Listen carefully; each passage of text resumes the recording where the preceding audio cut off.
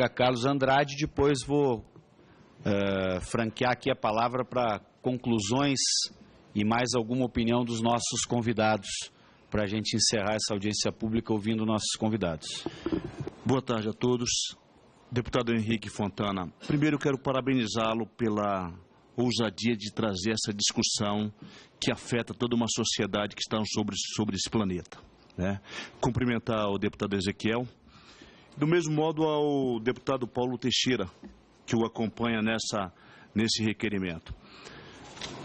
Aos apresentadores que estiveram na mesa, que estão na mesa, e trouxeram as suas considerações. Mas compartilhando um pouco do que o deputado Ezequiel colocou, eu penso que hoje as nações, não falo do Brasil, vou dar uma dimensão um pouco maior. Os países não sabem o que fazer, não têm uma diretriz, não têm um plano, não têm uma política antidrogas ou contra as drogas que afeta toda uma sociedade. E nós no Brasil não estamos muito diferentes.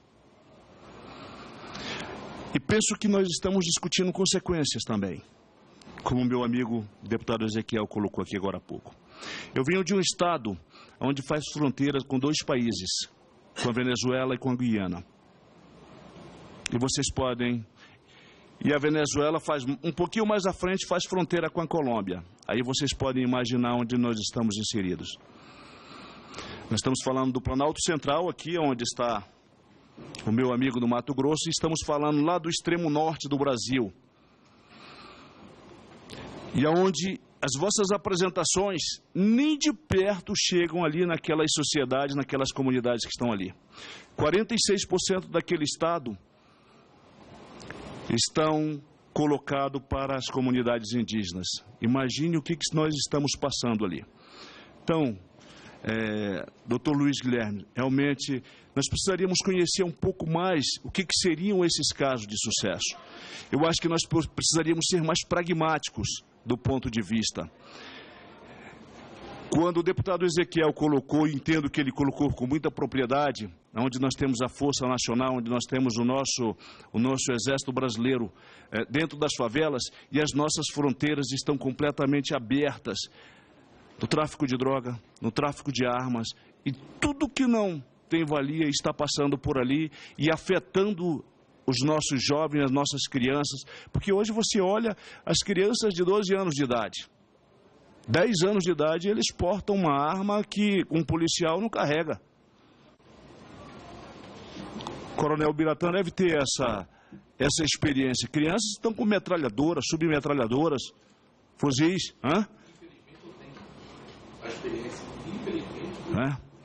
Bem recentemente eu estive na casa, e coloco isso, são famílias inteiras. Semana passada estive na residência, só para relatar e retratar o fato do qual eu falo, do debate. Estive numa família onde a mãe estava desesperada, um professor de matemática, usuário, vendendo as suas coisas dentro da casa dos seus pais, vendendo as suas coisas porque ele não tinha força, dependente de cocaína. Foi agora, quarta-feira, que passou. E digo a vocês, as nações, elas não sabem o que fazer com isso.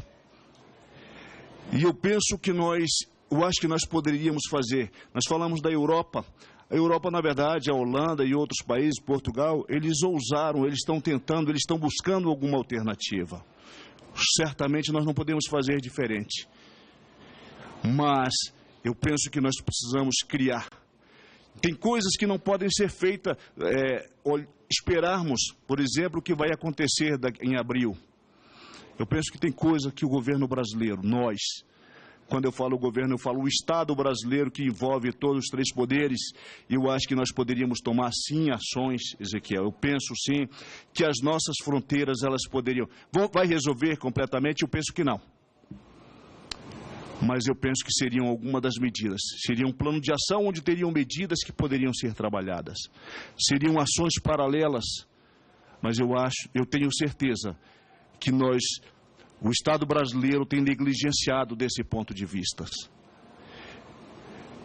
E o consumo de drogas, não importa qual seja ela, se ela é lícita, se ela não é lícita, elas não estão adentrando só nas escolas, elas já adentraram as nossas famílias, elas invadiram as nossas casas, pode não ter chegado na casa de alguns. Mas eu penso que nós, como autoridade, doutor Luiz Guilherme, como secretário nacional de política sobre droga, eu acho que nós precisamos ter um plano. Doutor Gabriel, gostei muito da apresentação do juiz José Henrique Torres. Não tive a oportunidade de ver o doutor Cristiano, mas penso que nós precisamos ousar, porque esse tempo foi feito para nós. Esse tempo compete a mim, compete aos senhores, compete ao deputado Ezequiel. E nós precisamos fazer alguma coisa. Não são os nossos filhos, deputado Henrique Fontana. Penso que o senhor já deu um grande passo quando você provocou essa audiência pública, chamando os maiores conhecedores da matéria.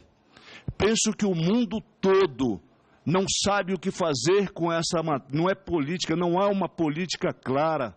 A gente não consegue definir quem é consumidor e quem é traficante. Nós não temos... Na legislação de 2006, que foi implementada como uma novidade, como uma situação que pudesse ajudar a contribuir, vocês podem ver, não produziu resultado algum.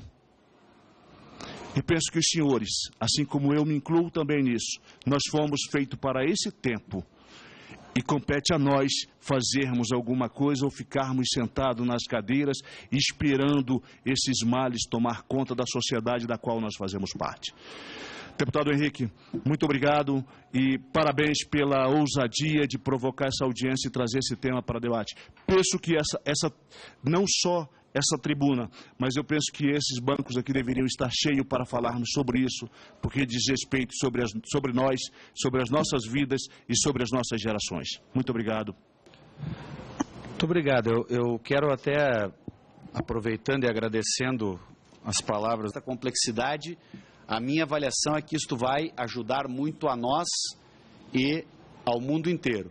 E quero ouvir o Carlos novamente antes de passar a palavra aos nossos convidados. Eu só complementar que eu parei. 46% do estado de Roraima são terras indígenas. Elas foram retiradas e fronteira, como eu falei agora há pouco, com três países. E mais a Colômbia, que fica bem ali ao lado, faz fronteira com a Venezuela. E somando 75% das terras do estado de Roraima, tem alguma reserva ambiental. Então, você imagine essa área toda de preservação e por onde que pode entrar todo esse ilícito de armas, drogas e aquelas pessoas, aquelas comunidades indígenas que ficam ali sem uma assistência do Estado, quer seja federal, quer seja estadual, quer seja municipal. Imagine aí, 75% do estado de Roraima tem uma reserva. E o acesso que tem nas fronteiras com todos esses países aí. Só para a gente fazer uma reflexão. E aí aquelas pessoas que estão ali nas fronteiras não têm uma legitimidade do Estado porque não se consegue chegar ali. Obrigado, Carlos. Eu então vou passar aqui a palavra na mesma ordem que os nossos convidados usaram a palavra inicialmente. Né? Ele vai começar a aprender. E ele prende hoje, sai amanhã. Prende hoje. O cara sai da delegacia antes dele, porque a lei é esquizofrênica. Ele não consegue definir quem é usuário e quem é traficante. Aí a sociedade atribui ao magistrado. Não, claro. Não, mas eu não estou falando da... O juiz manda Não, mas eu acabei de dizer, a lei é esquizofrênica. Não, agora nós vamos ouvir depois, mas eu vou pedir para o coronel dar uma resumida, então, porque quando